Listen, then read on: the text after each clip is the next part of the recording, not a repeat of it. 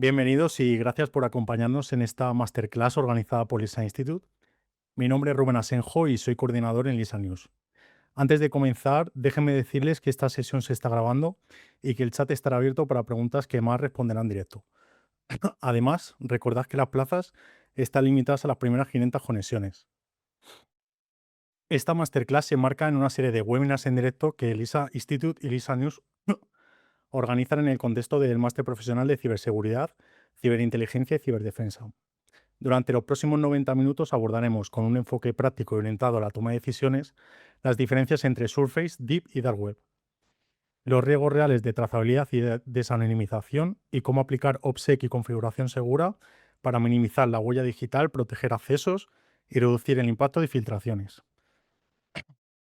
Antes de entrar en materia, déjenme presentarles el máster profesional en ciberseguridad, ciberinteligencia y ciberdefensa de LISA Institute, un programa orientado a aplicar las herramientas y metodologías actuales con especial foco profesional, casos prácticos y acompañamiento docente. Si os interesa recibir el plan de estudios y detalles, tenéis el enlace aquí en el chat. Hoy me acompaña Mar Rivero, referente internacional en ciberinteligencia y análisis de amenazas. A nivel profesional, actualmente es Lead Security Researcher en Kaspersky y coordina el grado de ciberseguridad en La Salle, Barcelona. Además, también se dedica al análisis de malware y a la investigación del cibercrimen, habiendo liderado equipos de investigación en grandes empresas y participado además como ponentes en conferencias internacionales. A nivel académico, es graduado en criminología, máster en inteligencia y contrainteligencia y actualmente cursa el máster profesional de analista internacional y geopolítico de ELISA Institute. Marc, gracias por estar aquí. Gracias a vosotros por invitarme. Bueno, para empezar, me gustaría entrar al grano ya directamente y preguntarte qué es realmente y en qué se diferencian Surface, Deep y Dark Web. Vale, perfecto. Pues nada, empezamos en materia. Esta es una duda recurrente incluso para gente que lleva tiempo en el sector de la ciberseguridad o la inteligencia de amenazas o, bueno, la vertical que os mováis, que aquí pues entiendo que vendéis de diferentes tipos de perfiles y lo que entendemos por la Surface Web sería todas aquellas páginas web que están siendo indexadas por los buscadores tradicionales, ¿no? Y ahora, evidentemente, por los LLMs, ¿no? También, que también se encargan de indexar todo ese contenido.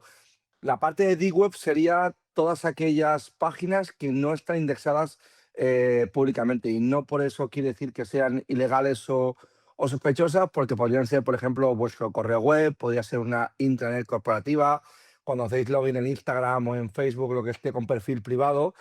Esto sería lo que categorizaríamos como la Deep Web.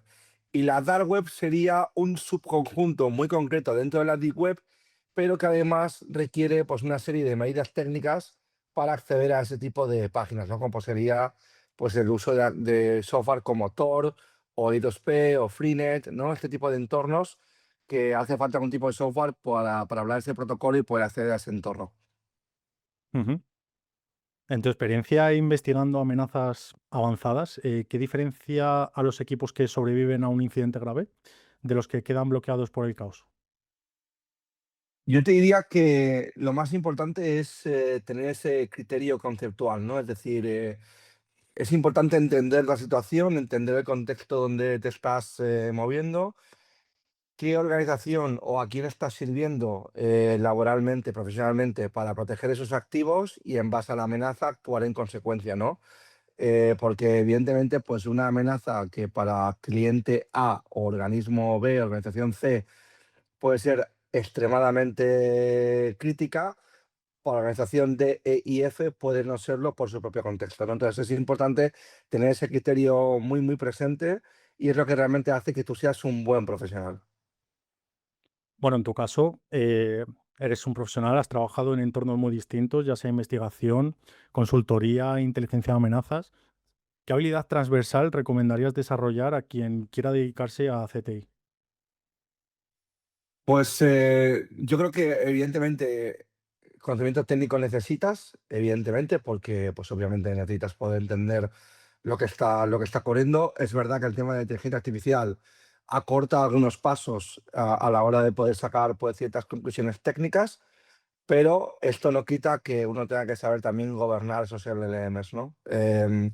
Yo creo que a día de hoy lo que haría un buen analista de CTI sería el tener muy medidos los procedimientos, muy medidos los casos de uso, ¿no? Que es una cosa que cuesta mucho trabajar, que da mucha pereza, pero que a la hora de, y esto lo asemejo a compañeros y compañeras que están en el ámbito militar, cuando practican una y otra vez el cómo recargar un arma o practican una y otra vez cómo hacer un ensamblado de algo, pues en CTI es un poco lo mismo, ¿no? El poder practicar, me llega un indicador, hago esto, miro aquí, miro allá, este es el procedimiento a actuar. Cuando te basas en procedimientos, te permite pararte en un momento dado del tiempo y poder revisar si ese procedimiento, ese proceso que tú sigues, pues sigue alineado con los estándares de la industria. ¿Qué errores ves repetirse en perfiles muy buenos técnicamente cuando se exponen digitalmente? ¿Huella, hábitos, rutinas, alguna otra? Bueno, yo creo que cuando alguien es extremadamente técnico o extremadamente habilidoso en una materia, ¿no? Y ya eres un profesional con renombre, pues a veces tienes a poder relajarte y a no ejecutar aquellas buenas prácticas que ejecutabas, ¿no? Os pongo un ejemplo, ¿no? Pues si yo siempre utilizaba una VPN o una conexión vía Tor para poder anonimizar en cierto modo, porque el anonimato total no existe, el anonimizar cierta parte de mi proceso, y hay un día que la VPN no me funciona o me da pereza y no la enchufo, pues es un error operacional que me puede costar pues, el que puedan descubrir la IP desde donde me conecto, puede poder hacer un fingerprint de mi conexión, ¿no? Ciertas cosas que de un modo normal, con un procedimiento habitual, no ocurrirían, ¿no? Entonces, lo que veo más o menos es siempre relajarse en cuanto a las medidas que ya conoces, pero que el día a día y la fatiga y tal, pues te impide seguirlas. La última, antes de entrar en la presentación, ¿qué tendencia te preocupa más en el próximo año y medio? ¿La inteligencia artificial en ingeniería social, la automatización de ataques a identidad, la exposición por terceros o alguna otra? Bueno, yo creo que lo que más preocupa, yo creo que sería algo a nivel sociedad, ¿no? Es decir, cómo la inteligencia artificial está facilitando muy mucho el tema de pues eso, de las fake news, del tema de poder sacar un vídeo con alguien que tú consideras de referencia, ¿no? Algún político, algún cantante, algún artista, ¿no? Que diga un mensaje que no lo ha dicho ellos realmente, ¿no? Todo este tipo de deepfakes y demás me preocupa porque pueden polarizar mucho la sociedad y esto pues no ayuda a nadie, ¿no? Ni a unos ni a otros. Entonces yo creo que esto es lo que más me preocupa, ese tipo de curso que se está dando a la IA que no ayuda a nadie y que polariza más la sociedad. Ujú. Bueno, muchas gracias, Mar, por esta presentación. La verdad es que muy interesante todo lo que nos has dicho. Ahora, a continuación, va a compartir Marc su exposición y preguntando lo que necesitéis por el chat para poder irlo resolviendo sobre la marcha. O igualmente, si lo preferís, podéis dejaros las preguntas para después de la presentación. Marc, todo tuyo cuando quieras. Súper. Vale, me confirmáis que veis la presentación, ¿no? Sí, perfecto. Fantástico. Pues nada, pues primero de todo, gracias por venir, gracias por gastar ese tiempo de hoy con nosotros para poder un poco mostrar lo que estamos haciendo. Hemos titulado la sesión Deep Dark Web, acceso seguro, gestión de identidades y limitaciones. Y bueno, tengo el placer de poder haceros esta presentación. Vale, hemos dividido la agenda de la sesión en tres grandes bloques, ¿no? Pues no sería pues una introducción y el marco conceptual, donde hablaremos un poco de contextos de uso, de mitos, de casos y objetivos del aprendizaje de la sesión. Luego entraremos en el bloque, digamos, más grueso, que sería la parte del contenido técnico, donde hablaremos de la arquitectura Tor, hablaremos de temas de OPSEC, hablaremos de identidad operativa, hablaremos de desanonimización. Voy a intentar decir esta palabra bien toda la sesión, ¿vale? Pero no me juzguéis si me equivoco. Y el tercer bloque será la parte de cierre y caso práctico, que hablaremos sobre cómo hacer un análisis guiado, lecciones aplicables y si queréis, incluso podemos entrar a algún tipo de debate final, ¿no? Dependiendo un poco de si el formato nos lo permite, ¿vale? Entonces, en cuanto a objetivos de aprendizaje, un poco qué quiero que os llevéis o qué queremos desde LISA que os llevéis en esta sesión sería, oye, pues distinguir correctamente entre la Surface Web, la Deep Web y la Dark Web, que como decía antes y bien preguntado por Rubén, pues es un concepto que a día de hoy pues todavía se confunde, tiende a confundirse. También deberíamos entender el funcionamiento real de Tor y sus límites operativos. También aplicaremos controles mínimos de OPSEC para reducir la exposición técnica y la humana. Diseñaremos o aprenderemos a diseñar identidades operativas con baja correlación y trazabilidad para poder protegeros a la hora de hacer una investigación online, y adoptaremos criterios prácticos para reducir cuándo usar o no este entorno. ¿De acuerdo? Entonces, vamos a hablar un poco de mitos frecuentes y cuál es la realidad operativa, ¿no? Hablaremos de creencias y cuál es la realidad objetiva sobre ese asunto, ¿no? Un poco para desmitificar ciertos mitos que existen en relación a la temática que estamos viendo, ¿no? Y la primera creencia sería que toda la dark web es criminal. Y la realidad es que, de hecho, coexisten usos delictivos y usos legítimos para evitar privación y censura, ¿no? De hecho, hay bastantes librerías digitales en formato MP3, en formato WAP, en formato de PDF, incluso con libros que no se pueden encontrar en la web normal, en la Surface Web, y que por el tipo de contenido que tienen, ¿no? Y esto ha existido desde siempre, y que por lo tanto sí que se encuentran en la dark web o también en la deep web, ¿no? Otra creencia que además esta es muy típica y que digamos, tiende a errores sería que Tor garantiza el anonimato total, ¿no? Y nada más lejos de la realidad, ¿no? Sí que es verdad que Tor reduce la exposición, pero no elimina los riesgos de correlación o de error humano. De hecho, luego veremos la arquitectura, ¿no? Pero la mayoría de nodos de Tor están controlados por cuerpos policiales, por lo que, y de hecho han habido operaciones exitosos por parte de cuerpos policiales en los que han conseguido desanonimizar, segunda vez, lo he dicho bien, desanonimizar usuarios criminales de Tor por fallos en el protocolo o por fallos en el navegador, versiones de software, etcétera, ¿no? Luego, el tercer mito sería que no existe capacidad de investigación, ¿no? Con el uso de estas tecnologías, y nada más lejos de la realidad, ¿no? Hay infiltración, hay inteligencia técnica y hay operaciones judiciales activas en estos entornos, ¿no? Y luego ya el cuarto mito sería que solo la usan perfiles muy técnicos, y nada más lejos de la realidad también. De hecho, es muy usado por periodistas, activistas, analistas e investigadores. Entonces, oye, ¿por qué es un tema que importa tanto a las organizaciones? Bueno, pues básicamente porque hay un montón de amenazas reales que se observan dentro de este ecosistema de la Deep Web y la Dark Web, ¿no? Básicamente filtraciones, ventas de credenciales y también el llamado ransomware as a service, ¿no? Que sería pues este mercado en el que se hace el esquema de triple, cuarta, quíntuple extorsión, en el que se extorsiona a las empresas que han sido afectadas por ransomware, y se les pide un rescate para no liberar los datos, que normalmente siempre se liberan en un servicio oculto de Tor. Y también, evidentemente, para esquemas de fraude. Luego también, pues obviamente a nivel de importancia para las organizaciones, pues tiene un valor defensivo, ¿no? Y es que permite hacer una detección temprana de exposición de activos e inteligencia de amenazas en base a lo que se va a publicar en estos entornos, ¿no? Luego además tiene un valor institucional, ¿no? Porque también permite hacer lo que se llama la protección del informante, ¿no? Para intentar ocultar con una pseudo anonimización desde dónde estaba enviando estos datos. Y además es un canal de comunicación resiliente, porque no es trivial, no es fácil el poder tirar una red de Tor para poder comunicarte, ¿no? Es decir, es algo que está resiliente a si alguien intenta hacer una negación de servicio en este tipo de red, ¿no? Y luego además, a nivel de importancia, pues también supone un riesgo de mala práctica si una investigación no se le aplica lo suficiente OPSEC, que es la llamada Operational Security, ¿no? La seguridad operacional, que obviamente pues pueden comprometer al propio analista revelando datos propios de su ordenador, de su conexión, etcétera, pero también a la entidad a la que este analista, en el caso de que trabaje para un tercero, pues da servicios.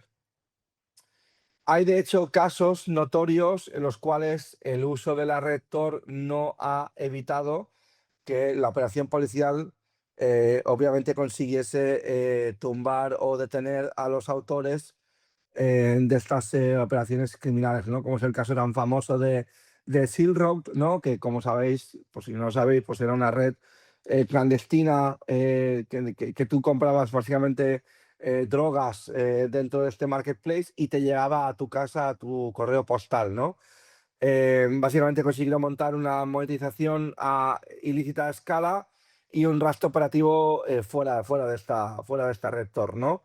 Luego también está la operación Omnibus, ¿no? Que básicamente pues, se pudo hacer una coordinación internacional y poder disruptir este servicio oculto de Tor con el que intentaban ocultar el acceso el acceso físico de los servidores.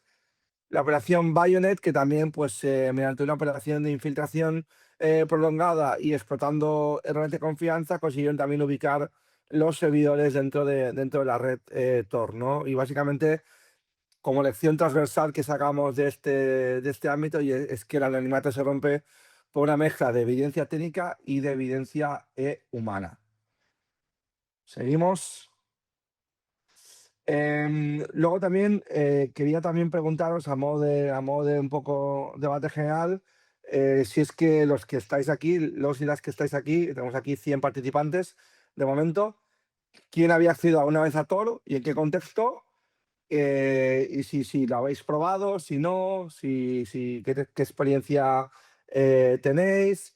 Y recordaros pues, que obviamente pues, el uso que hagáis de esta red pues, tiene que tener un foco defensivo, de seguridad, ¿no? Y un poco también para reducir el riesgo que usáis a la hora de navegar, ¿no? Entonces, simplemente plantearos esta pregunta porque si luego tenéis alguna pregunta en relación a este uso que hacéis, pues podemos comentarlo. Vale, vamos a un poco aclarar conceptos base de este tipo de ecosistemas, ¿vale? Para evitar los llamados errores de interpretación, ¿vale? Sobre esta temática, como os digo, es un tema que puede generar mucha curiosidad, pero que a veces bueno, pues no se tienen los conceptos claros, ¿no? Lo comentaba un poquito Rubén con su pregunta, pero vamos a volver a aclararlo, ¿vale? Distinguimos tres verticales diferenciadas, ¿no? Una sería la Surface Web, que sería el contenido indexado por buscadores públicos. La Deep Web sería contenido no indexado, normalmente detrás de una autenticación, como podría ser tu perfil privado de Facebook. Y la dark web sería básicamente servicios accesibles mediante software o protocolos que son específicos, como por ejemplo tener que usar el Tor browser para navegar hacia Internet. Entonces, a nivel de capas de Internet, dentro de la Surface Web, pues, ¿qué visibilidad de disposición contemplamos, no? Pues, por ejemplo, puede haber prensa, documentación pública, páginas corporativas, redes sociales abiertas. Básicamente, la Surface Web, ¿qué le ofrece al usuario? Pues acceso directo, alta usabilidad, trazabilidad estándar. Y en cuanto a riesgo, pues obviamente, pues una huella pública persistente. Ellos traquean las páginas de noticias, blogs, etcétera, traquean los usuarios que les llegan, qué navegadores usan, resoluciones de pantalla, ¿no? Países. Básicamente es una recolección masiva de datos para poder identificar al usuario con objetivos de marketing, ¿no? En cuanto a qué uso se le puede dar en el análisis, pues obviamente pues puede ser un punto inicial para hacer pivoting mediante técnicas de OSINT y también para validar el contexto. En cuanto a la Deep Web, básicamente hablaríamos, como os comentaba antes, de todas aquellas páginas que son no accesibles sin autenticación, ¿no? Como podría ser, por ejemplo, intranets, correos, la banca online, repositorios privados, bases de datos internas. Es decir, no está indexada por diseño y no por clandestinidad, ¿no? Es decir, cuando alguien dice que está accediendo a la Deep Web, no necesariamente tiene que parecer que está accediendo a un sitio que sea malicioso, criminal, oculto, etcétera, ¿no? Además puede tener un valor defensivo, ¿no? Porque además concentra, pues en tu perfil de Facebook puedes tener datos sensibles o datos de negocio en tu intranet interna de tu empresa, datos de identidad que no deberían estar indexados de forma pública, ¿no? ¿Cuáles son los riesgos principales de este tipo de entornos? Obviamente los accesos indebidos, las credenciales comprometidas y la mala segmentación, ¿no? Es decir, cuando una página de Deep Web queda expuesta a la Surface Web, pues tenemos un problemón de filtración de datos. Y cuando hablamos de la dark web, básicamente hablamos de un acceso que está intencionalmente restringido. Es decir, tú desde un navegador normal no puedes llegar a un site que está dentro de la dark web, ¿no? Entonces, ¿qué grandes o qué tres grandes compañías o organizaciones existen detrás de esto? Pues Tor, I2P y Freenet. Básicamente el modelo que utilizan es un modelo de ocultación de ubicación y resistencia parcial a la censura y al bloqueo, porque obviamente tú puedes también bloquear a nivel de cortafuegos, de firewall, ese tipo de protocolos. Tiene un uso dual, que llevaría un uso dual, ¿no? Que básicamente tienes una privacidad legítima y una actividad delictiva en los mismos entornos. Es decir, puede ser un usuario normal que usa Tor porque quiere protegerse teóricamente de esa recolección masiva de datos y usar Tor como mecanismo de anonimización, o puede ser un criminal, que esperemos que no, que quiere hacer actividades selectivas y que por tanto usa Tor para camuflar esa actividad, ¿no? Entonces, básicamente lo que hace falta para usar esto es utilizar una disciplina operativa, no solamente software, porque bajarse Tor, instalarlo y configurarlo, pues es relativamente sencillo y usarlo también. El hecho de tener una disciplina operativa de, oye, pues Tor lo utilizo dentro de una máquina virtual, pues oye, intento cambiar el idioma del navegador. Hay una serie de cosas que ya pertenecen más a una disciplina operativa que no tanto a saber utilizar un software. Si hacemos una comparativa a alto nivel, pues oye, pues veríamos que en el caso de la indexación, pues obviamente en la Surface es alta, en la Deep y en la Dark no está indexada. En el acceso, pues navegador común, autenticación y cliente de protocolo específico. El anonimato por defecto, pues en la parte, si os fijáis en la parte dark, he puesto variable, porque depende también de cómo tú operes luego dentro de esa red. En cuanto al riesgo principal, pues obviamente en la parte de deep, el robo de credenciales es lo que le permitiría a un atacante acceder a ese entorno. Y en la parte de dark, pues obviamente habría que hacer correlación de datos que el analista vaya encontrando y no caer en un engaño para que no descubran desde dónde estás emitiendo, ¿no? Y en cuanto al uso típico, esto cogero entre comillas, que se le puede dar a este tipo de tres entornos, pues para la Surface sería pues para hacer comunicaciones públicas, ¿no? Pues el diario Sport, cuando habla lo siento que yo soy de Barcelona, cuando habla del Barça y de los goles de Lamine Yamal, pues lo hace de manera pública para que todo el mundo lo sepa. En la DIF sería pues todos aquellos entornos que, como os digo, son más para operaciones internas, como puede ser una intranet. Y en la parte de Dark, pues hablaríamos de sitios que quieren tener privacidad, sean sitios malos o no, censura y la parte de investigación. Entonces, cómo funciona Tor? ¿Cuál es la arquitectura? ¿Cuál es la protección real y cuáles son las limitaciones que tiene este tipo de ecosistema, ¿no? Básicamente, Tor, en una frase técnica, se podría describir, ¿no?, como una red de encaminamiento que funciona por capas y que dificulta vincular el origen y destino. Básicamente es una red que está formada por voluntarios y voluntarias y que se apoyan en múltiples nodos y circuitos efímeros. Es decir, un circuito se establece y el circuito luego se destruye y cuando tú estás navegando por Tor, tú sabes cuál es el siguiente nodo, pero una vez que haces al siguiente nodo, el anterior no puedes saber, digamos que desaparece y no sabes cuál era, ¿no? Entonces, básicamente no se puede reconstruir el circuito. Sería un poco la idea, ¿no? Básicamente reduce la visibilidad de la red, pero no corrige automáticamente los errores de comportamiento. Es decir, si yo en una página dentro de la Deep Web, dentro de la Dark Web, meto mi DNI o mi usuario y mi contraseña o un email que me vincule, pues tengo pseudo privacidad a la hora de usar Tor, pero me están vinculando porque están utilizando mi correo electrónico. Entonces, por esto hablo de que no, obviamente no puede bloquear el comportamiento, ¿no? Y debe entenderse como un control de riesgo y no como una garantía absoluta. Entonces, ¿cómo funciona el onion routing paso a paso? El cliente construye un circuito y cifra la comunicación en capas consecutivas. Básicamente tienes un nodo de entrada que conoce la IP de origen, pero no conoce el destino final. El nodo intermedio enruta el tráfico sin el contexto completo, es decir, en ningún momento se sabe el camino que va a tomar ese cliente. Y el nodo de salida es el único que ve el destino externo, pero no el origen real del cliente. Y cada nodo, como comentaba antes, cada nodo conoce solo el salto anterior y el salto siguiente. Aquí voy a mirar aquí unas preguntas. una pregunta de Alfonso Rodríguez que dice, ¿tiene sentido VPN más Tor o viceversa? He visto comentarios de que puede ser incluso contraproducente usar las dos a la vez. Yo te diría, Alfonso, que todo depende de tu contexto, ¿no? De qué es lo que quieres hacer, ¿no? Pues al final, la VPN lo único que te garantiza es que desde el punto A al punto B el canal está cifrado, simplemente. O sea, no hay nada más. Que lo que hagas en ese canal es para eso. Entonces, dependiendo de lo que tú quieras hacer con Tor, te podría decir si tiene sentido ese tipo de conexiones, ¿no? Pregunta de Julio Díaz que dice, ¿es ilegal tener un host Tor o depende de la legislación de cada país? No soy experto en regulatorio internacional, pero yo creo que no hay ningún problema en tener un nodo de Tor. Tú te lo puedes montar en casa. Otra cosa es que es el uso que le vayas a dar a ese nodo de Tor, pero en principio no hay ningún problema. Ahora un mensaje de Marta Rivas que dice, ¿Marta le prefiere LinkedIn? Sí, lo tengo por aquí ya. Mira, gracias. Gracias al equipo de Lisa que lo ha compartido. Continuamos.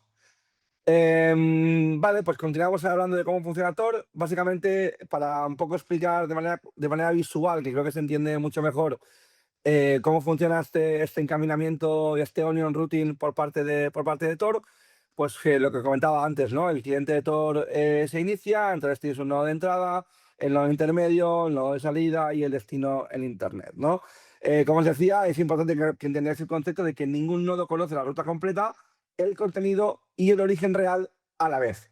Y el nodo de salida puede ver el tráfico no cifrado de la capa de aplicación. Esto es importante, ¿vale? Es decir, hay que usar HTTPS de manera obligatoria y autenticarse con la identidad real, pues es un riesgo, porque obviamente, eh, pues lo que os decía, si ponéis un usuario que os vincule, pues no vale nada usar Tor o similares. Vamos a hablar de los servicios ocultos, de los llamados .onion. Y es que esta particularidad o esta feature, esta característica de la red Tor permite publicar servicios sin exponer la ubicación de la infraestructura. El cliente de servicio se negocia dentro de Tor y por tanto no existe un nodo de salida a Internet abierta, ¿no? ¿Cuáles son los beneficios de ese tipo de servicios? Pues que hay menor superficie de localización del servidor, que la confianza en el contenido sigue siendo un problema, porque obviamente el hecho de que se monte un servicio Tor no significa per se que el contenido que se ve ahí sea legítimo, y obviamente pues está sujeto también a temas de malware o a temas de suplantación o a temas de fraude. Entonces, realmente, viendo todo esto, ¿qué es lo que protege y qué es lo que no protege Tor? Porque esto es importante también aclararlo, ¿no? Obviamente, Tor protege el trazado directo origen-destino, lo que os he hablado, ¿no? Es decir, este tipo de canal que se monta con ese tipo de saltos que se montan dentro de la red Tor, pues protege al origen de la conexión y al destino de la conexión, pero no protege, obviamente, pues, las credenciales reutilizadas. Es decir, si tienes una contraseña que está filtrada y consiguen identificarte, pues obviamente esta credencial reutilizada pues no te va, Tor no te va a proteger. Obviamente, si consiguen vincular tu identidad real, pues tampoco Tor te protege sobre eso. Si utilizas documentos que tengan metadatos que vinculen tu ordenador o tu persona, pues tampoco tiene ningún sentido que Tor vaya a proteger eso. Y obviamente, pues el hecho de no tener un Tor browser actualizado o un ordenador no actualizado, pues también serás más proclive a exploits o explotaciones de vulnerabilidades que puedan llegar a desanonimizar al usuario que está usando Tor en ese momento. Y obviamente ahí te bajas un fichero de la red Tor o usando Tor en un Onion, en un servicio .onion, o en una página web de la Surface Web, pero que estás haciendo por Tor, y te bajas un malware, pues tampoco Tor te va a proteger de que te infectes con eso, ¿no? Entonces, básicamente, tenemos que hacer una combinación entre la tecnología y la higiene operativa, que son elementos para mí inseparables. Vamos a hablar también de los límites conocidos de Tor, que también es importante si vais a usar esta tecnología, ¿no? Es importante saber que hay correlación de tráfico en actores con alta capacidad de observación. Es decir, hay mucha gente que está mirando qué se hace en Tor. Es decir, esto es un hecho, porque se sabe que es una red que se usa para el anonimato, y esto es algo pues, que no gusta pues, a ciertas organizaciones, ¿no? Luego, además, que sepáis que también se intentan hacer fingerprinting del navegador y también grabar o conocer el uso de patrones repetitivos, ¿no? Es decir, nosotros cuando navegamos tendemos a usar el mismo patrón de navegación allá donde vamos, ¿no? Si la web es similar. Entonces, esto también se puede llegar a grabar para poder identificar de manera inequívoca a alguien, ¿no? Luego también, obviamente, existen, porque a veces ocurre, nodos de salida que son maliciosos y cuando el tráfico de la aplicación no está cifrado, es decir, no utilizas HTTPS, pues obviamente también puedes ser víctima de este nodo malicioso que va a ver a dónde estás conectando, ¿no? Y luego, obviamente, pues hay un impacto operativo, ¿no? Y es que a mayor latencia menor disponibilidad en comparación con una Surface Web, o sea, es decir, usando el Tor browser, obviamente te va a ir un poquito más lento, vas a tener más latencia que utilizando Chrome, Firefox, Opera o Edge, dependiendo de lo que uséis. Vamos a responder algunas preguntas de Jordi Pineo. Dice, ¿se puede parametrizar o viene dado por el sistema? Puedes escoger el número de nodos por donde pasa esta información. No puedes coger tan al detalle los nodos, Jordi, pero sí que puedes especificar algunos parámetros de la configuración de Tor para poder personalizar un poco cómo Tor se conecta a la red de Tor y cómo haces la conexión hacia los nodos, ¿no? Una pregunta de Charles García que dice, ¿en cada uso de Tor hay que crear un nuevo usuario? No hay que hacer eso, pero sí que es importante que mantengas una seguridad operacional y que, por ejemplo, como consejo, puedes utilizar Tor, por ejemplo, dentro de una máquina virtual que la puedes desechar y crear en cada momento, por ejemplo, y que es una máquina volátil que solo vive en RAM, por poneros un ejemplo.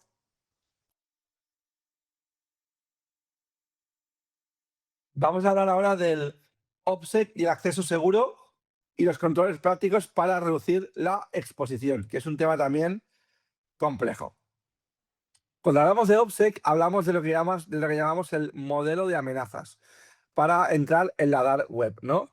Si hablamos de amenaza técnica, pues ¿qué podríamos encontrarnos? Nos podemos encontrar malware, código malicioso, nos podemos encontrar exploits de navegador, nos podemos encontrar también descargas que están manipuladas y que tienen un payload malicioso. También nos podemos encontrar con lo que llamamos amenazas a la identidad, ¿no? Por ejemplo, correlación por estilo, horarios, alias, errores de contexto, lo que os hablaba antes de poder estudiar los patrones, ¿no? Luego también hablaríamos de las amenazas legales o reputacionales, ¿no? Y es el poder interactuar con actores dentro de la Deep Web que obviamente pues al final compartamos algún tipo de dato sensible y que estos actores nos lleguen a identificar a nivel y nos puede llegar a afectar a nivel reputacional, ¿no? Y luego, obviamente, pues una pregunta clave que yo le digo a todo el mundo antes de usar Tor es, oye, ¿qué dato estoy protegiendo y frente a quién lo protejo? Sería un poco la pregunta que yo me haría a la hora de usar Tor. La seguridad operacional es muy importante. Entonces, ¿qué errores frecuentes se cometen con el uso de Tor a nivel de seguridad operacional? Pues el uso de cuentas personales, reutilizar nicks o correos que ya están asociados a la identidad real. De hecho, lo más importante es que os hagáis lo que se llaman los sock puppets, que básicamente es identidades ficticias para poder trabajar con Tor, para que no se os identifique con eso y para cada operación, navegación, lo que sea que hagáis en Tor, utilizar un sock puppet distinto para que no se os pueda vincular con eso, ¿no? Luego también, obviamente, pues mezclar la navegación cotidiana y la navegación de investigación, la que haríamos usando Tor, en el mismo equipo o perfil, ¿no? Es decir, si yo estoy, por ejemplo, investigando algún tipo de conflicto bélico o estoy comunicándome con un periódico porque tengo información sensible y estoy combinando el uso de mi navegador de la Surface Web, como puede ser un Chrome, Firefox o Edge, y lo mismo lo estoy combinando con Tor, pues obviamente alguien podría llegar a vincular estos datos y poder vinculármelo, ¿no? Luego también abrir documentos descargados fuera del entorno aislado, pues también puede dar lugar a una filtración, ¿no? Porque si yo me descargo un documento, que ese documento cuando lo abro hace una conexión hacia un servidor destino y dice el usuario que ha abierto el documento se encuentra en esta IP de salida, pues si esto lo abro fuera del ecosistema de Tor, mi IP real va a quedar expuesta hacia un tercero, ¿no? como un caso de uso concreto, ¿no? Y luego, pues obviamente, publicar contenido con patrones lingüísticos y temporales que sean reconocibles. Pues, por ejemplo, aquellos que vivimos en España, si ponemos dentro de un foro de habla china, de habla rusa, y escribimos y se nos escapa una ñ, pues obviamente no hay, creo que no hay otro lenguaje en el mundo, salvo el de España, ¿no? El castellano, que tenga la ñ, ¿no? O, por ejemplo, si aquellos que vivís en Cataluña, pues la C trancada, pues también sería algo muy típico de aquí que nos identificaría de manera inequívoca, ¿no? Entonces, este tipo de detalles conviene cuidarlos para que no se nos identifique. Entonces, ¿qué es lo que yo considero? Y esto es importante, como luego la presentación que ahora se está grabando y quedará a disposición de todo el mundo, pero os he hecho una configuración de lo que yo, digamos, si tuviera que cuidar mi offset, cosas que yo haría, ¿no? Cosas que yo recomendaría, ¿no? En cuanto al equipo, pues el mínimo exigible sería que separéis el equipo de investigación del equipo de uso personal, básicamente para evitar la contaminación cruzada de la identidad. En cuanto al navegador, pues se os pediría que usarais un Tor browser dedicado para reducir la huella y los errores de configuración. En cuanto a las cuentas, pues obviamente, pues si no podemos usar cuentas, pues mucho mejor para evitar una vinculación inmediata. En cuanto a los archivos, no abrir descargas dentro del host, dentro de tu equipo y sí dentro del entorno de Tor para mitigar la exfiltración y los metadatos. Y en cuanto al registro, pues obviamente capturar las evidencias para preservar la cadena de análisis. Una pregunta de Jordi Pineo que dice, ¿hasta qué punto esa latencia podría compensar desanonimizar al investigador por la premura de obtener el resultado? Pues es una muy buena pregunta, Jordi, porque sí, porque el hecho de tener latencia e ir lento te puede ayudar a cometer errores, ¿no? Y a quizás tomar acciones precipitadas que con el contexto de una cabeza fría quizás no harías, ¿no? Entonces sí, es una muy buena pregunta, gracias. Continuamos. Con la parte de OPSEC, ¿no? Entonces, ¿cuál sería la configuración recomendada para los analistas? Pues obviamente un host limpio, con una máquina virtual dedicada, con unos snapshots controlados, poder tener una segmentación de red y DNS, es decir, poder evitar la exposición de infraestructura corporativa, poder tener una correcta gestión de secretos con credenciales de un solo uso y una rotación programada. Obviamente, tener bien documentado, tener un procedimiento de incidente para detectar actividades sospechosas durante la investigación, por ejemplo, que el Tor browser te deje de funcionar o que el Tor browser explote o cualquier tipo de cosas que deberían hacer sospechar al analista de que algo malo está ocurriendo. Y en cuanto a entornos que podéis utilizar, pues hay uno que a mí me gusta mucho, que es Tails, que básicamente se basa en un sistema live que está orientado a la privacidad y que enruta el tráfico por Tor por defecto. No persiste el estado de ficheros ni de nada, salvo que tú explícitamente digas que lo haga, es decir, que almacene los datos. Es muy útil para investigaciones puntuales que quieres dejar una huella mínima local de lo que estás haciendo, pero obviamente, y ojo cuidado, no reemplaza procedimientos como la identidad, el lenguaje o, por ejemplo, los tiempos, que siguen siendo elementos críticos de observabilidad que un atacante podría usar para desanonimizarte. En cuanto a un checklist que podrías seguir, pues obviamente pues podríamos hablar sobre que pues antes de empezar la investigación, pues tengamos claro cuál es el objetivo definido que queremos hacer en esa investigación, cuál es la identidad operativa que voy a usar, ese socket puppet que voy a utilizar que os hablaba antes, si tengo bien preparado y testado mi entorno aislado para poder hacer mis pruebas. Obviamente, durante la operación, no autenticarse con la entidad real y no descargar sin un sandbox, sin un entorno seguro de análisis de malware, donde poder registrar los hallazgos que haga ese fichero. Y después de la operación, pues obviamente acordarnos de cerrar el circuito, acordarnos de exportar las evidencias y destruir el entorno que se ha usado si aplica. Es decir, si vosotros queréis tener una seguridad operacional usada al máximo exponente, ¿no? Y como revisión final, pues oye, ¿qué señales de las acciones que hemos hecho podrían haber expuesto al analista o a la organización en cuestión para que el atacante pudiera desanonimizarnos o conseguir saber quiénes éramos los que estamos usando esa conexión por Tor. Vamos a una pregunta de Alfonso Rodríguez que dice: ¿Tor browser dedicado vale o Brave con Tor? PC más Tails en Live USB. ¿Hace falta una VM adicional? O sea, entiendo que tienes como la VM. Perdón, pero es que me lío. No, ningún problema, Alfonso, estamos para eso. Tor browser te vale, Brave con Tor te vale perfectamente, un PC con Tails con un Live USB te vale perfectamente, una máquina virtual en un PC con una distribución tipo Debian, Ubuntu, OpenSUSE, Fedora, etcétera, que tenga Tor también nos valen. O incluso tu Mac con Tor browser también te vale. La idea es que lleve Tor. Evidentemente, cada uno de estos entornos que yo te he dicho te ofrecen una segmentación X. El entorno ideal sería una máquina virtual desechable con Tor instalado, evidentemente con ninguna personalización en la VM salvo lo que viene por defecto, o si no, una carga de Tails en una máquina virtual y que luego vayas a desechar porque, como hemos dicho, Tails por defecto es live, a no ser que tú quieras persistir los datos. Cualquier duda, Alfonso, me dices, ¿eh? Vamos a hablar de la gestión de identidades y cómo evitar la correlación entre la persona y la operación.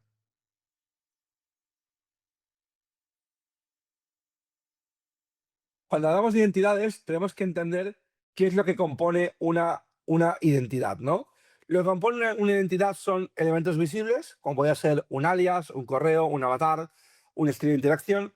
También elementos invisibles, ¿no? Como podría ser un horario, una zona idiomática, es decir, si hablamos español, ¿no? Pues podemos estar en España, pero también en cualquier punto de Latinoamérica, Centroamérica, Sudamérica, ¿no? Dependiendo de donde nos encontremos.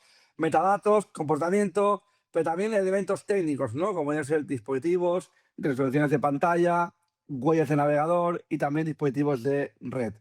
Y luego también un diseño correcto, ¿no? Como podría ser una coherencia interna sin puntos de enlace con la identidad real, ¿no? Es decir, todo esto son elementos que componen una identidad operativa y es aquello que tendréis que preparar a la hora de poder hacer este tipo de operaciones usando Tor, si queremos mantener el anonimato o un pseudo anonimato dentro de la red. Entonces, si hablamos de cómo hacer un diseño de identidades para una investigación, pues obviamente lo más importante sería crear un propósito claro por identidad, es decir, es una identidad para observar, es una identidad para hacer interacciones o es una identidad para validar datos que ya tenemos. Es importante también separar los canales, las credenciales, las rutinas horarias y el estilo de redacción. Es decir, no se nos puede, digamos, vincular incluso por el cómo escribimos. Y también evitar la sobreconstrucción, es decir, un perfil demasiado perfecto, demasiado elaborado, pues suele ser también menos creíble a la hora de presentarnos ante un tercero, ¿no? Y luego también, evidentemente, establecer una caducidad y un criterio de descarte para identidades comprometidas. Es decir, si sospechamos que la identidad está comprometida, es mejor descartarla y utilizar una nueva, crear una nueva para mi futura investigación. Luego, ¿qué riesgos tengo de correlación y de exposición? Pues obviamente, como lo hemos comentado un poco antes, ¿no?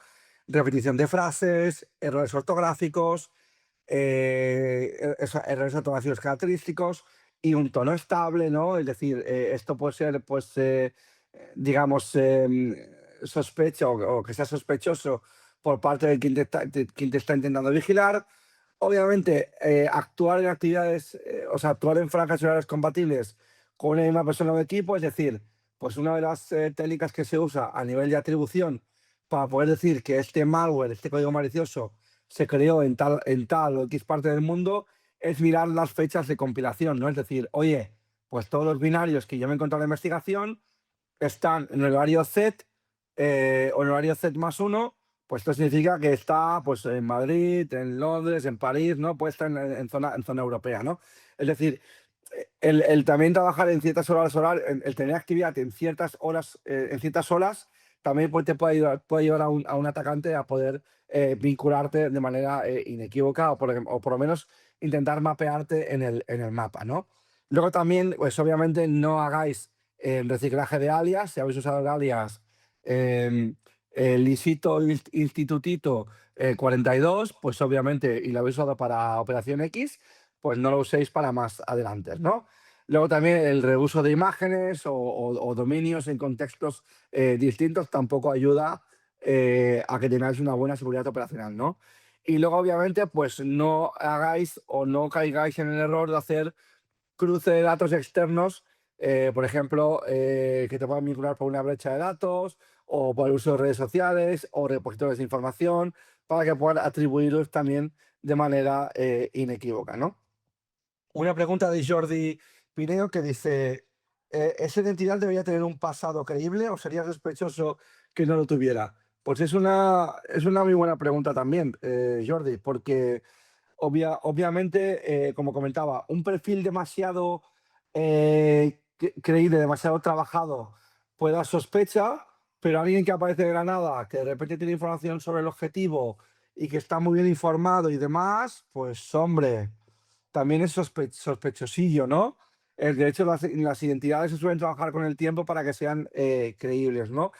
De hecho, hay una táctica que se usa en los foros underground, en los foros de intercambio de archivos de malware y demás, donde se negocia con credenciales, que lo que se hace es que directamente, para tú demostrar que eres quien dices ser, tienes que hacer un depósito, por ejemplo, me voy a inventar, 20, 30 bitcoins en una cuenta, en un wallet concreto para que pues, se pueda decir, o sea, para que en el foro, por ejemplo, te ponga una etiqueta de que esa identidad es en realidad pues alguien malo, ¿no? Alguien que, digamos, es quien dice ser, ¿no?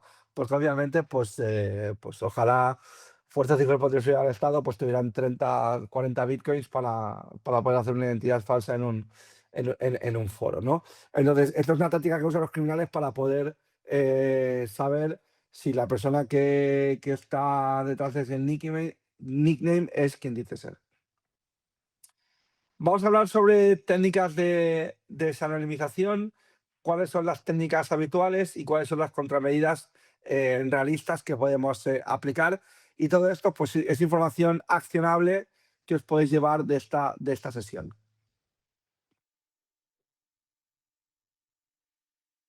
Cuando hablamos de vectores principales de desanonimización, hablamos, por ejemplo, del vector humano, ¿no? Que sería, oye, un error operativo, un exceso de confianza, una fuga involuntaria de contexto. Cuando hablamos de vectores técnicos, ¿de qué hablaríamos? Hablaríamos de una correlación de tráfico, de un fingerprinting, de una explotación del endpoint.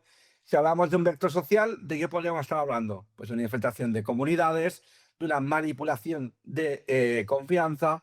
Y si hablamos de la parte de legal investigación, hablaríamos de una cooperación internacional y cadena probatoria acumulada. Todo esto son vectores que se han usado y que se están usando para desanonimizar a usuarios que están utilizando tecnología como Tor, Freenet o I2P.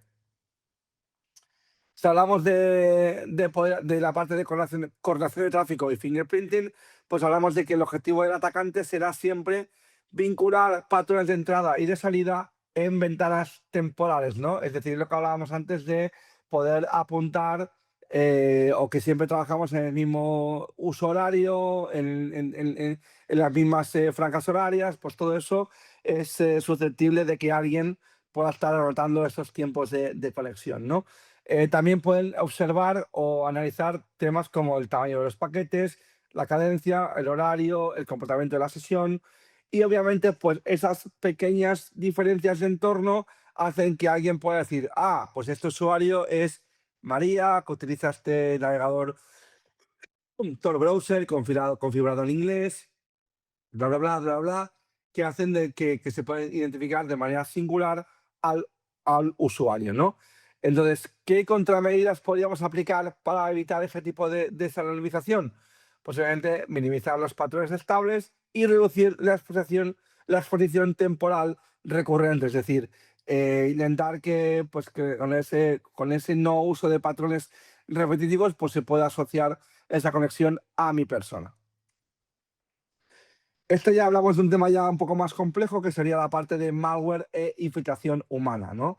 y es que el malware, si tú te acabas infectado con un malware, pues obviamente estará orientado a poder extraer la IP real del sistema y la actividad local del mismo, ¿no? Pues un malware podría enumerar los procesos que tiene la máquina en ejecución, desde dónde se está ejecutando, cuál es el nombre de usuario que está corriendo esa sesión y en el caso de una empresa incluso cuál es el dominio al que esa máquina está, digamos, asociada, ¿no?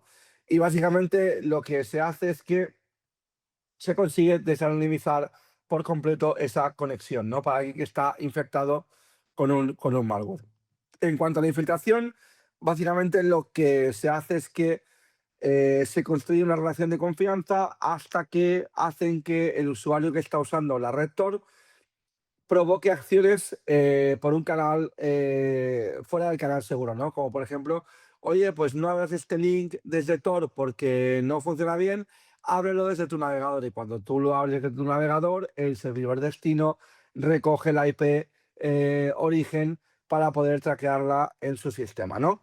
Luego además, la combinación de técnica más ingeniería social pues puede ser la más eficaz que un ataque puramente técnico y os explicaré por qué. Y es que la ingeniería social no se puede parchear. Es decir, es algo que funciona siempre, porque es lo que ocurre en lo que llamamos los que hemos estudiado telecos, en la capa 8, ¿no? Lo que ocurre entre el teclado y el usuario, ¿no? Entonces, es por eso que es algo que es muy difícil de parchear y que yo creo que va a funcionar siempre, ¿no? Entonces, la respuesta defensiva ante eso sería, pues obviamente, tener un control férreo, un aislamiento estricto de tu sistema, que podamos hacer verificaciones cruzadas y también limitar las interacciones que hagamos dentro del uso de la red Tor.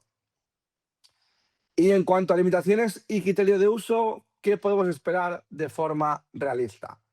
Pues oye, hay una serie de limitaciones que hay para el uso de la red Tor, que de hecho un compañero vuestro, que creo que está, déjame aquí buscar, era Jordi Pineo, comentaba que si se podía parametrizar el uso de Tor, y entonces con la parametrización puedes llegar a ganar un poquito más de velocidad, pero hay un uso, o sea, hay una limitación clara que es la capa de rendimiento, es decir, hay una latencia alta y por tanto el navegador se puede volver inestable para tareas que son intensivas, ¿no? Luego, obviamente, la confiabilidad, ¿no? Pues hay un alto ruido informativo, puede haber suplantación y puede haber fraude recurrente. También puede haber también un tema de persistencia, ¿no? Y es que los foros o servicios tienden a desaparecer o a migrar con frecuencia, por lo que tienes que estar buscando nuevos sites y nuevos sitios para poder saber dónde está el contenido nuevo.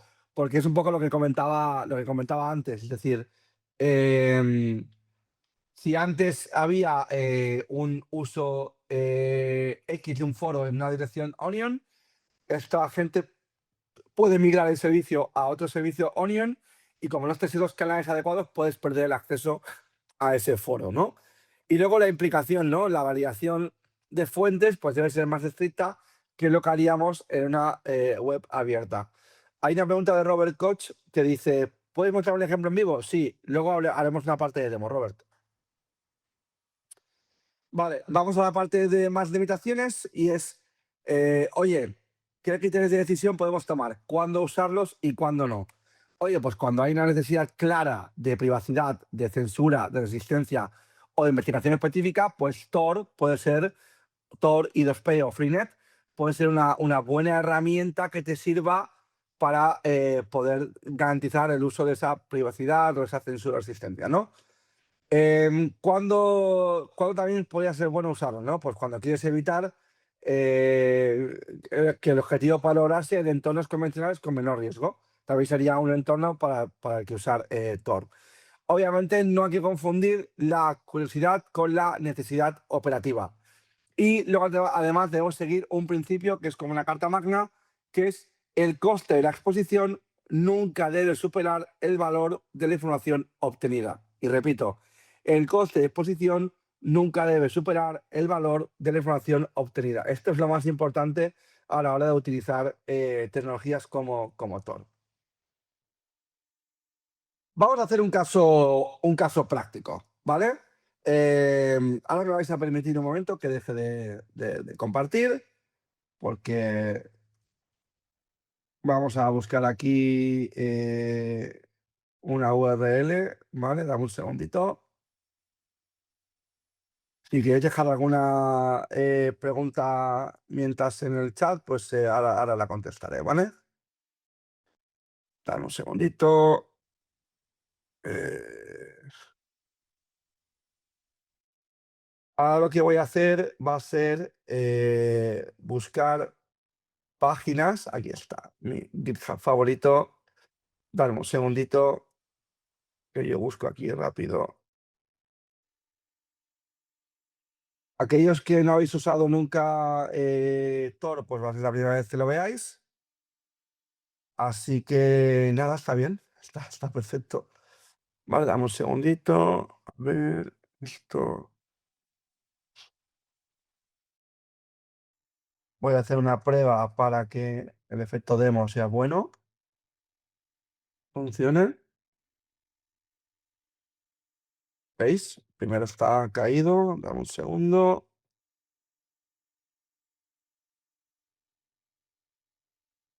A ver, este sitio.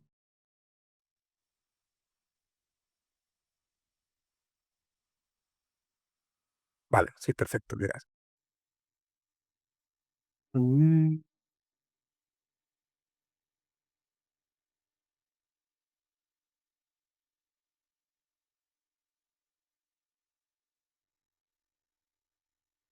¿Dónde está aquí? Dentro de compartir de Zoom. Aquí está.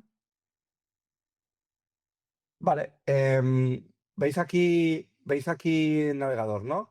Esto sería el portal de Lockbit, que sería pues un portal donde el grupo de ransomware Lockbit se dedica a publicar datos de compañías que aparentemente han sido comprometidas, ¿eh? Es decir, no significa que esta información que hay aquí sea veraz en ningún modo, porque de hecho una táctica que usan ahora mismo los grupos de ransomware es también hacer medida de presión con esto para que si tú ves tu nombre aquí, pues te pienses que los datos que hay aquí publicados sean reales, ¿no? Pero también podemos publicar o podemos acceder a sites que seguramente conoceréis, como por ejemplo es, a ver si carga, tardará un poquito, el site legítimo de Facebook, que también tiene su site dentro de Onion. De hecho, aquí podemos navegar a webs normales, es decir, pues, podemos navegar por la Surface Web. Y de hecho, os podría enseñar también incluso una forma de saber. eh, Hay un proyecto de FF, era este, que te permite, por ejemplo, saber, esto vale, esta tecnología o esta página vale para poder hacer un fingerprint de tu navegador, es decir, para poder ver qué es lo que tu navegador está enseñando, ¿no? Entonces, vamos, por ejemplo, a colectar evidencia sobre el navegador y luego lo vamos a hacer dame un segundito, sobre mi navegador normal, ¿vale? Un segundo, y luego os lo comparo, ¿vale? Entonces, aquí veis un reporte, incluso usando Tor Browser, me están diciendo que tengo un 40/100 de privacy score en el navegador, ¿vale? Y aquí pues me dicen las recomendaciones que debería utilizar, ¿no? Como por ejemplo bloquear o instalar un adblocker para bloquear los anuncios, utilizar una VPN para enmascarar mi conexión, aparte de usar Tor Browser. Y luego me explica también, pues oye, qué tipo de cookies debería estar evitando, etcétera, etcétera, etcétera, ¿vale?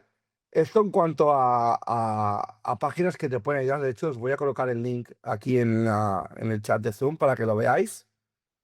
Dame un segundo. ¿Dónde está aquí el chat? Os lo dejo aquí para que probéis vuestros navegadores. Y de hecho, dame un segundo porque yo voy a sacar de aquí en una pestaña individual el panel-click de mi Chrome para que lo veáis.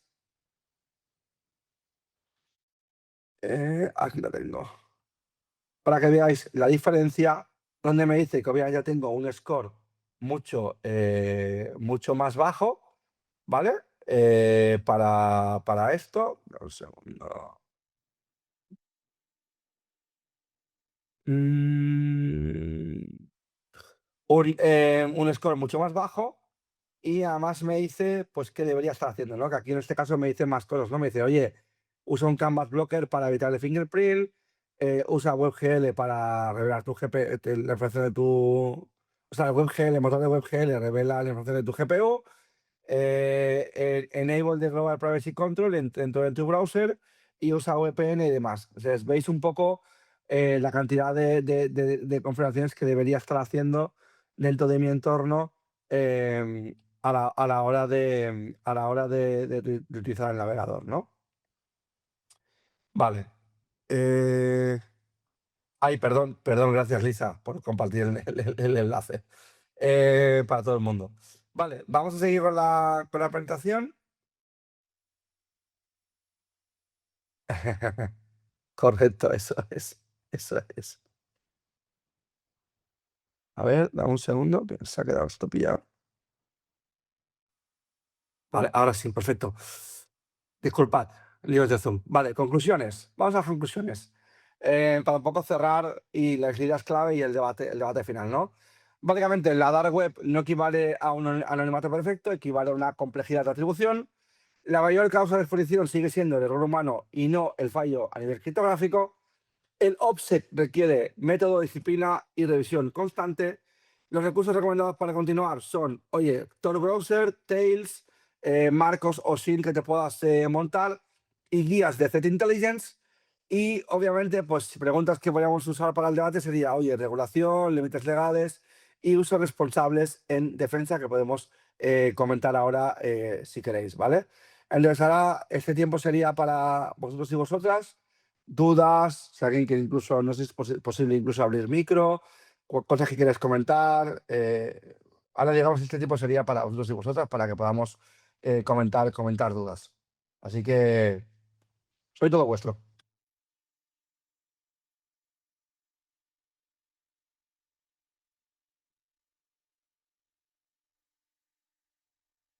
Pues si ha quedado claro, si no, si algún concepto que queráis que os aclare.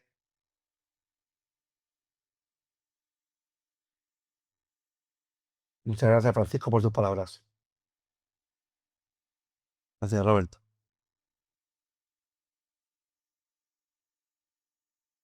Cualquier cosa, no seáis tímidos y tímidas. Mira, Alfonso pregunta, futuro de la profesión y el impacto de la IA. Pues que que la adoptes y la uses, porque es lo que está marcando el nuevo ecosistema. Entonces, úsala sin miedo, no hay problema. Lo importante es ser permeables y poder tener capacidad de adaptación.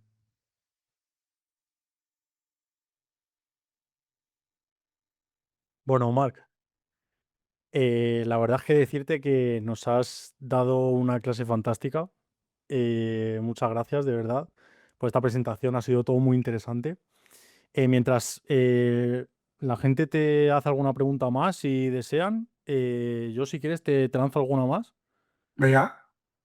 Mira, en primer lugar te quería preguntar, por ejemplo, ¿qué modelo de compartimentación recomendarías a perfiles de alto riesgo como CTI, periodistas, directivos, con un equilibrio realista entre seguridad y usabilidad? Pues o sea, tener a día de hoy, y además con el uso de la IA que te puede ayudar incluso a montar este entorno, una máquina virtual con un Tails o una máquina virtual con un sistema Linux donde pueda usar Tor, esto sería yo creo que lo mínimo para poder estar seguros, ¿no? Luego, evidentemente, pues si utilizas VPNs, pues una VPN de las llamadas no logs, VPN no logs, que no dejen logs, como por ejemplo podría ser NordVPN o podría ser ProtonVPN, ¿no? Cualquiera de estas dos serían de mis favoritas, de las que yo te recomendaría. O Mulbat VPN, cualquiera de estas tres. Mira, Joaquín dice, la IA no hace un registro de nuestra huella. ¿Hay alguna más confiable que puedas recomendar? Sí, Joaquín, los modelos locales.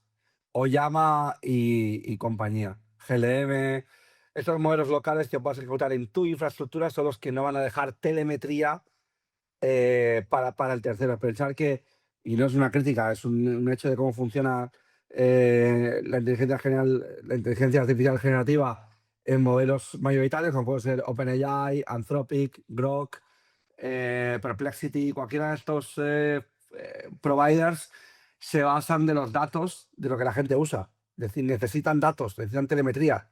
Entonces, si quieres tener todo full privacy, pues obviamente usar modelos locales que no son tan listos, que no tienen tantos datos y que tú has de proveer el hardware para poder usarlos, pero Oyama, GLM y tal, pues tienen también muy buen performance. Vale, hay una pregunta de Benito que dice, ¿básicamente usando Tor es el mejor método para la navegación segura? No, lo que Tor es simplemente una tecnología que te ofrece un pseudonimimato, pero lo importante es que tú tengas una buena identidad operacional, un buen uso de OPSEC, un buen entorno y un buen procedimiento. Esto es lo que te va a garantizar que tu identidad digital está segura, no solamente el uso de Tor. Jordi dice, lo suyo sería practicar con objetivos accesibles antes de un caso real. Lo vais a plantear en el máster. Interesante, Jordi.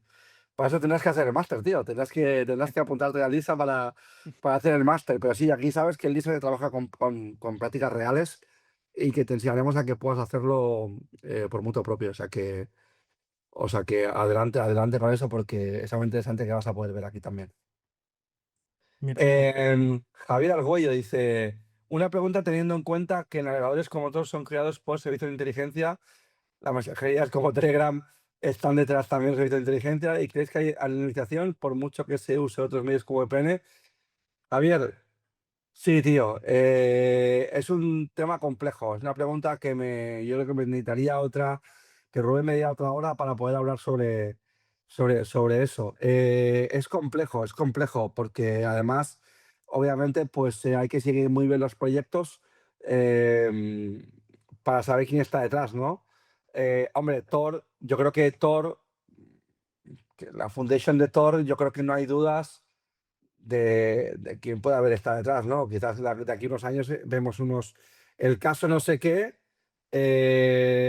y resulta que está la gente de Tor implicada. Espero que no. Luego también una cosa que os recomiendo mucho es seguir lo que está haciendo la gente de la Electronic Frontier Foundation. Voy a dejar aquí el link para todos, ahora sí, para todos, em, para que lo veáis, porque esta gente habla mucho de privacy en la red. Y es muy bueno saber lo que están haciendo. Entonces, Javier, mírate quién está detrás de los proyectos, investiga y con eso toma tus propias acciones, es lo que te recomendaría, ¿no? Alfonso dice, necesitas una buena máquina para esos LLMs. Sí, necesitas hardware para poder correr LLMs grandes, ¿no? Gracias, Charles, por tus palabras. ¿Qué diferenciador de I2P? Pregunta Sandra. Pues la tecnología que hay detrás, el modelo de red. Tor es más mayoritario y 2P es más pequeñito. Pero no hay, o sea, hablando de concepto macro, no hay más diferencias que estas, ¿no?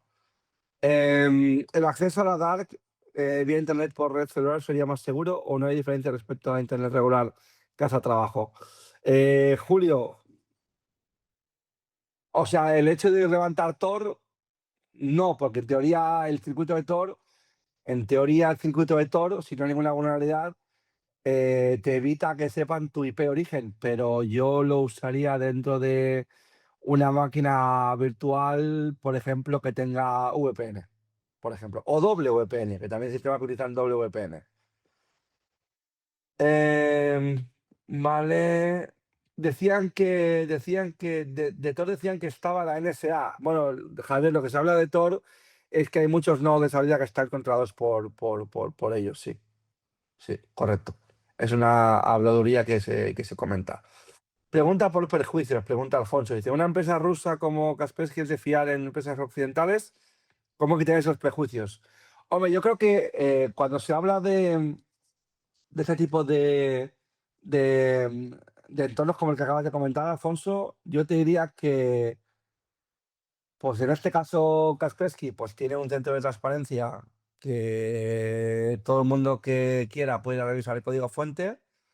Que es verdad que la empresa tiene el origen que tiene, pero eso de per se no la hace mala. No es como si, y por el contexto geopolítico que tenemos ahora, es como si decir que una empresa que nace y se funda en Israel, pues tiene que estar vinculada al Mossad, ¿no? Es decir, son, digamos, conclusiones que me parecen, y no lo digo por tu pregunta, ¿eh? Pero como simplistas, ¿no? Es normal que la gente tenga prejuicios, ¿no? Y es normal que incluso a nivel de inteligencia de país, pues se tienda a no colaborar o a estrechar la colaboración o a no tener tanta colaboración con ciertas potencias extranjeras, ¿no? Esto es un hecho, ¿no? Un hecho objetivo. Pero no por eso no. Una empresa porque sea de un país X no la tiene que hacer mala. Pues tú has hablado de Kaspersky, pero hay otras también ahí en el mercado. Empresas que nacen en China o empresas que nacen en Corea del Norte, incluso en Estados Unidos, ¿no? De hecho, se habla mucho de ahora por el tipo de la problemática que hay de las empresas que están en Europa del Este, pero el mayor caso de espionaje masivo que ha habido en la historia era por parte de los programas que reveló Snowden, ¿no? Con Prince, etcétera, ¿no? Entonces, está claro que los países quieren tener cuanta más inteligencia posible porque eso les hace tomar mejores decisiones, y estamos aquí nosotros para poder decidir a quién servimos y dónde trabajamos. Charles García dice, ¿Tracy está en el ordenador y funciona un Mac? Lo tienes que levantar en máquina virtual, Charles, para poder utilizarlo. ¿Algún framework OPSEC? Oh, Crespi, ¿qué tal, tío? ¿Algún framework OPSEC? Hostia, pues no conozco así ninguna voz de pronto, tío, pero seguro que hay alguna guía por ahí que alguien se habrá picado, ¿no? Pero creo que no existe como tal. Framework como tal, creo que no existe. Hay guías y recomendaciones, pero nada más, tío. Javier dice, gracias, hermano, nos vemos a partir del 23 en el máster. Hostia, Javier, pues encantado. Claro que sí, nos vemos por ahí en el curso. Claro que sí. Guachi, pues, ¿alguna pregunta más que queráis comentar? Hemos contestado muchas preguntas en realidad, Sí, tío, pero sí, bueno. sí, sí. Si alguien quiere hacer alguna más, que no se la deje, que aproveche, Exacto. que la verdad es que la clase ha sido súper interesante, la verdad. Vale, Si nadie tiene ninguna pregunta, pues podemos dar por finalizada la masterclass. pues oye, agradeceros a todos y a todas la asistencia, desde Lisa también. Y oye, ya repetiremos, ningún problema. Y nos vemos en el máster también, que esto es un poco también para promocionar el máster y que nos vemos en el máster también. Sí, sí, sí. ¿Nadie más? ¿Nadie más? Nadie más. Bueno, por último, me gustaría decir que, bueno, ya sabéis que si queréis profundizar más en todas estas competencias, podéis revisar el máster profesional en ciberseguridad, ciberinteligencia y ciberdefensa del ISA Institute, que, bueno, tiene una duración de 9 meses y su formato es 100% online, práctico e interactivo. Si os interesa, es recomendable que os inscribáis cuanto antes porque la próxima edición comienza muy pronto. Y por último, si no habéis podido mencionar notas, ver algo de la presentación, ninguna preocupación, ¿vale? Ya que la sesión se ha grabado y la podéis ver cuando queráis, todas las veces que queráis, porque se va a subir a redes sociales y se va a mandar por correo. Y por último, seguid a Lisa y a Lisa News para las próximas masterclasses. Os deseamos muy buena tarde. Muchas gracias, Marc, y hasta la próxima. Chao, chao, chao, chao, Un chao. abrazo, chao.